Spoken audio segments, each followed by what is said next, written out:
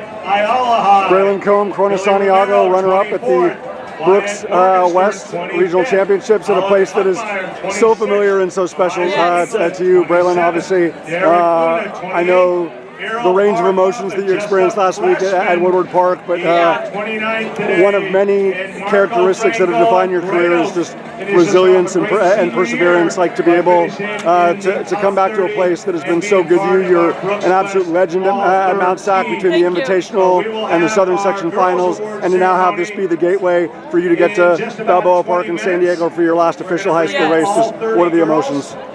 Yeah, I'm really excited. I didn't know how to feel going into this race, what to expect. I didn't know about how the field would be or anything like that. So just trying to go into it having fun, not caring about what place I get. If I could come out as regional champ, that'd be cool. But you know, it's a qualifier, so and it's on a really tough course. So especially it's a 5K version. It's not even the old course. It's 200 more meters. So no, 300, huh? Yeah. It was 2.93 before. Yeah. So yeah, it's a pretty tough course. So just trying to move on with as little effort as possible because next week is the priority. And I kind of pushed it more than I wanted to because I really wanted to be regional champ, but I'm not sure. I don't know her name. Who won?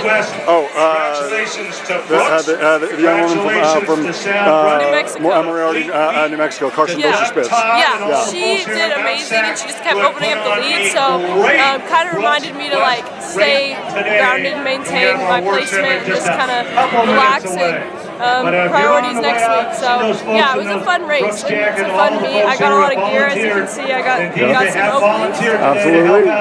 Maybe a high five and a thank you. Well, you're stylish wherever you go, from California to New York and anywhere in between. The fact, like you said, that it's not only longer, but this is kind of probably nostalgic for you that the race actually finished on the grass because you've been so used to finishing on the track. I wanted to finish on the track. They should have done that. I wish they, instead of starting over there and like starting going into the hill, I wish they did the regular course and added the track finish. I feel like that'd be so fun. There was no track, so it's okay. I'll just have to wait a couple months. Absolutely, and I have no doubt that once we see the teal and the black and the white of the Sharks, this woman individually relays, that we're going to see all that brilliance and that excellence all over again.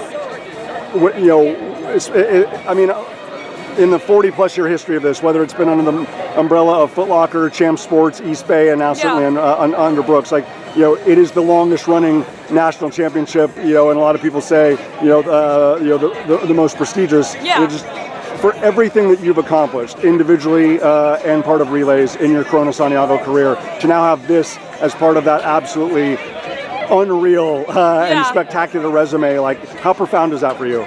I'm so excited.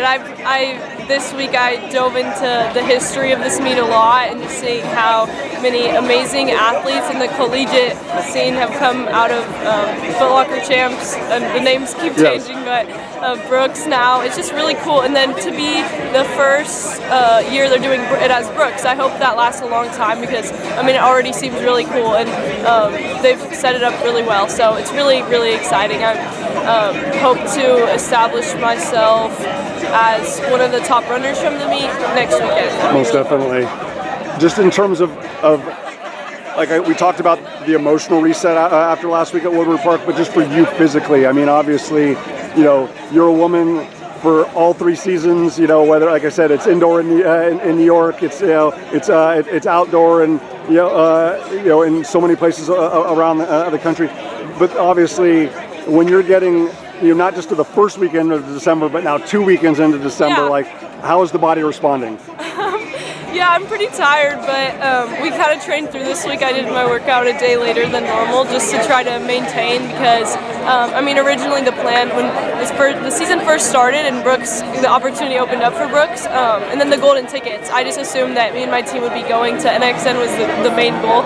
So I just you have to think that way. Yeah, let's be transparent, right? A group that's accomplished as much as yours, it's like that's the first target, and then we'll revisit the other targets. Yeah, for sure. And it's not even we want to qualify. It's we want to be top 3 at NXN. That was the goal for us. So it was a really big disappointment for us. And I also thought thought, like at the beginning of the year, I was like, I want to run well in the season so that I can earn a Brooks Golden ticket and even extend my season to this point. So it was always on the race schedule to go out this far. And then I kind of gave up on Brooks when they gave out the tickets. It was like kind of earlier, I guess, that I decided, okay, ideally it'll just be NXN, you know. Right. So when that happened, and then now for the season to keep on going, I'm glad I at least have an opportunity to run for a national title and just compete. And it's a really cool meet. I'm cheering on all my friends today at NXN, so it's really fun. But yeah, anyways, the body's responding well, I think, and trying to peak a week later, so it'll be fun. Whatever happens, I'm just trying to go into it with no expectations, just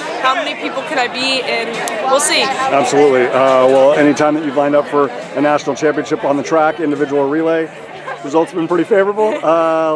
Let's hope it continues to be that way at Balboa Park in San Diego on December 13th at the Brooks National Championships. Yes. Braelyn, well done. Thank you.